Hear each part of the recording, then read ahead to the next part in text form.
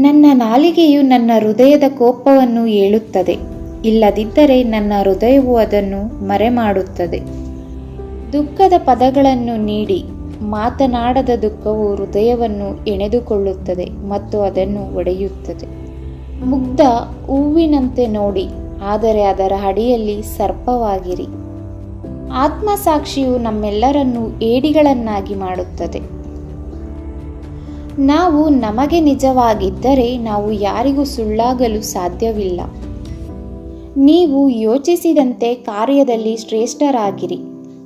ಅನುಮಾನ ಯಾವಾಗಲೂ ತಪ್ಪಿತಸ್ಥ ಮನಸ್ಸನ್ನು ಕಾಡುತ್ತದೆ. ನಮ್ಮ ಮನಸ್ಸು ಹೀಗಿದ್ದರೆ ಎಲ್ಲವೂ ಸಿದ್ಧವಾಗಿದೆ. ಅನೇಕ ನಿಜವಾದ ಪದವನ್ನು ತಮಾಷೆಯಾಗಿ ಮಾತನಾಡಲಾಗಿದೆ. ಮಧುರವಾದ ವಸ್ತುಗಳು ತಮ್ಮ ಕಾರ್ಯಗಳಿಂದ ಹುಳಿಯಾಗುತ್ತವೆ.